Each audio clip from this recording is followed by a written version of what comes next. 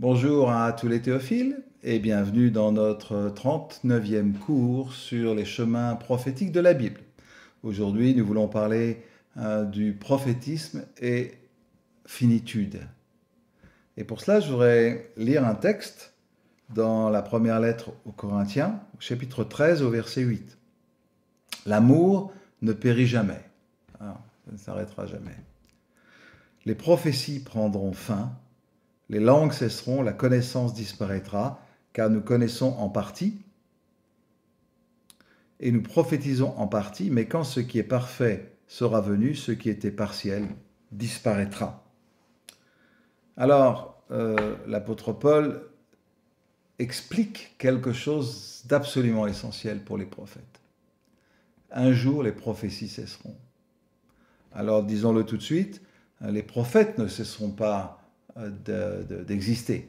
D'abord parce que nous sommes tous prophètes en Jésus-Christ. Et si on peut comprendre que, puisque les prophètes avaient la particularité d'être introduits dans la présence de Dieu, puisque pour l'instant nous vivons cela par la foi, mais lorsque Christ viendra, nous ne vivrons plus les choses par la foi.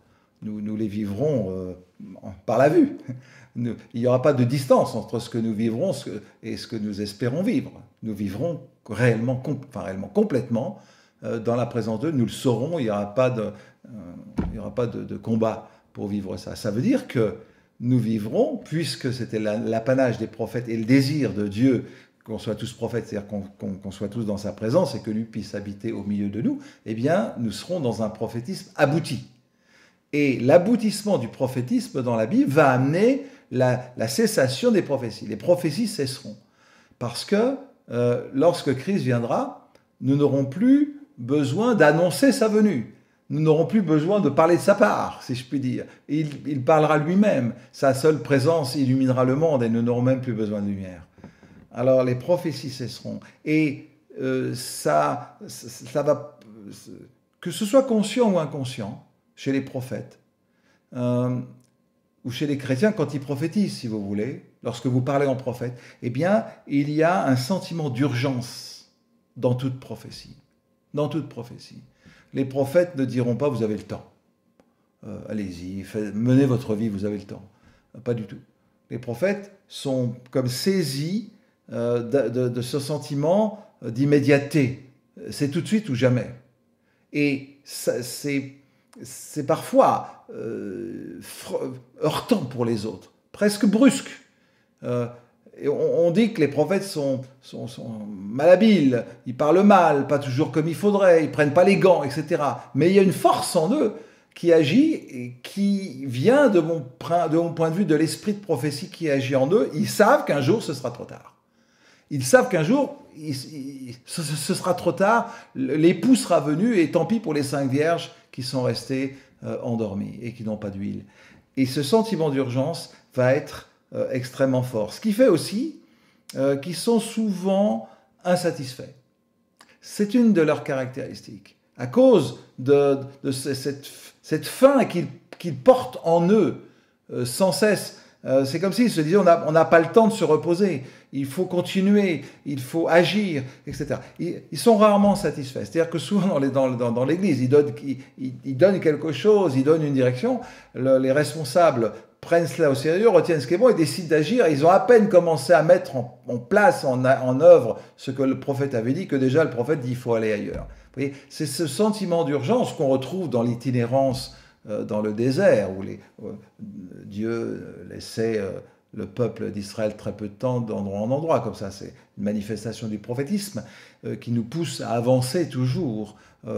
Mais en même temps, il y a cette insatisfaction chronique chez la plupart des prophètes vient de cette idée que ça va s'arrêter un jour. Les prophéties s'arrêteront. Certainement, les prophètes continueront à exister. Et d'ailleurs, l'Apocalypse parle d'un repos des prophètes. C'est intéressant de voir qu'à un moment donné, cette fatigue que produisent parfois les prophètes, eh bien, ça va s'arrêter. Eux-mêmes vont pouvoir se reposer parce que la fin sera arrivée. Et je vous l'ai dit, les prophéties seront accomplies puisqu'on sera rentré dans un repos prophétique, ou le repos du prophétisme. Et ce repos dont a parlé l'auteur de l'Épître aux Hébreux lorsqu'il parle d'un véritable repos de sabbat, un repos semblable à celui de Dieu, il est toujours en réserve pour le peuple de Dieu. Et oui, les prophètes ont un sentiment d'urgence, mais ils doivent se souvenir que Dieu reste souverain et porter ce sentiment d'urgence devant le trône. Ce qui est très symptomatique de la vision qu'a eue l'apôtre Jean, c'est qu'à un moment donné, il voit, dans l'Apocalypse, il voit les anges qui sont là et qui portent les coupes d'or remplies des parfums des saints. Et à cause des prières des saints, Dieu agit.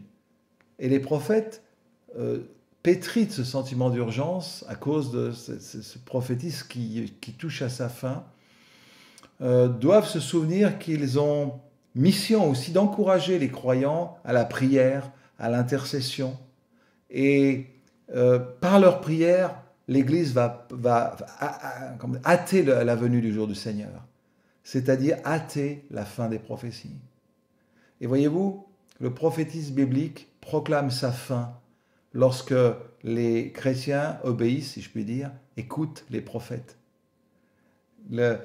Cette capacité qu'ont les prophètes à produire leur propre fin est quelque chose qui est inscrit en eux à un niveau qu'on n'imagine pas.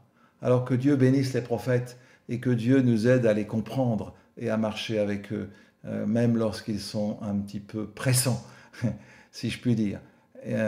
Un jour, il n'y aura plus de prophétie et ce sera trop tard. Alors faisons attention, que Dieu nous bénisse.